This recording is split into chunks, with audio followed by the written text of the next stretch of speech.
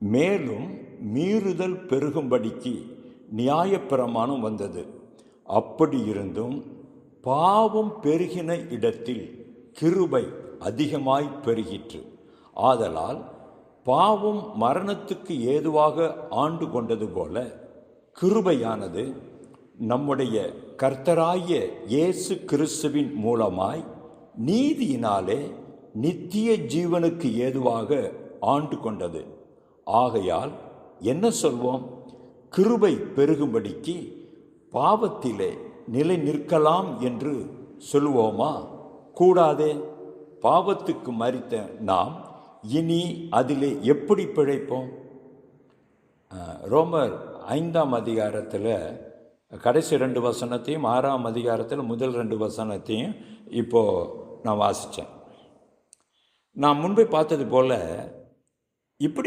இப்படிப்பட்ட வழிகளில் ஆசீர்வாதம் நமக்கு வருது. முதலாவது, தேவனுடைய பரிபூர்ண சித்தத்தினால நமக்கு வருகிற ஆசீர்வாதம். ரெண்டாவது, அனுமதிக்கப்பட்ட சித்தத்தினாலே வருகிற ஆசீர்வாதங்கள். மூன்றாவது, நம்முடைய சுய இச்சையினாலே சுய சித்தத்தின்படி வருகிற ஆசீர்வாதங்கள். அது மாத்திரமல்ல, நான்காவது ஒன்று பார்த்தோம், பிசாசினாலேயும் ஆசீர்வாதம் வருது. இப்போது 5ஆவதாக ஒரு விஷயத்தை பார்க்குறோம். இது கொஞ்சம் வித்தியாசமான, ஒரு கிரகித்து கொள்ள முடியாத அன்பின் நிமித்தம், இரக்கத்து நிமித்தம் வருகிற ஒரு ஆசீர்வாதம். இப்போது பாவம் பெருகும் பொழுது சில நேரங்களில் அவருக்கு துரோகமான, அவர் அருவருக்கிற வாழ்க்கை நாம் துணிகரமாக வாழும் பொழுது கூட சில பல நேரங்களில் நம்முடைய ஜபத்திற்கு பதிலை தருகிறார். அவர் நம்மை ஆசீர்வதிக்கவும் ஆசீர்வதிக்கிறார். இது எதற்காக தெரியுமா? நீ இப்படியெல்லாம் அட்டூழியம் பண்ணி, அடாவடித்தனம் பண்ணி, என்னை துன்பப்படுத்தி என் நாமத்தை தூசித்து வாழும் பொழுது கூட நான் எப்படி உன்னை நேசிக்கிறேங்கிறத அறிகிறதுக்காகத்தான் நான் உன்னை இந்த சூழ்நிலையிலும் ஆசீர்வதிக்கிறேன்னு அவர் சொல்கிறார். நான் சொல்ல புரியுதா உங்களுக்கு? நாம் நம்முடைய மீறுதல்களையும் நம்முடைய தேவன் நம்மை எப்படி ஆசீர்வதிக்கிறார் என்று அவருடைய அன்பின் நிமித்தம் நாம் உடைக்கப்பட்டவர்களாய் மனம் திரும்ப வேண்டும் என்பதற்காகத்தான் இந்த ஆசீர்வாதம். அதனால தான் கிருபை பெருகிறது. எந்த இடம் பாருங்க, பாவம் பெருகும்போது கிருபை பெருகுது. ஆனால் பாவத்தில் நிற்கலாமா? ஒரு ஃபுல் ஸ்டாப் வைக்கிறாரு. கூடாதே.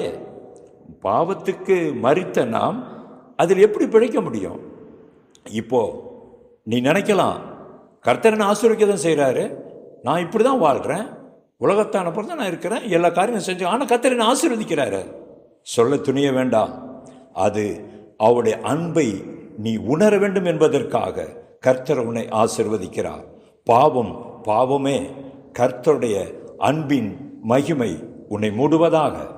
ஆண்டவருடைய அன்பின் இரக்கத்தை நினைத்து, ஐயோ நான் இந்த நிலையில் இருக்கும் பொழுதும் என்னை நேசிக்கிறீங்களே ஆண்டவரே, நான் இனி பாவம் செய்வதில்லை, இந்த பாவத்திலிருந்து நான் விடுதலை அடைய எனக்கு உதவி செய்யும் என மனதார கெஞ்சுவோம். இப்படிப்பட்ட கிருபை நம்மை மாட்கொண்டிருக்கிறது. இந்த கிருபையின் காலத்திலேயே, நேரத்திலேயே அவருடைய அன்பின் நிமித்தம் மனதுருகி, ஆண்டவரே என்னுடைய வாழ்க்கையை மாற்றும் என நாம் கதறுவோமா?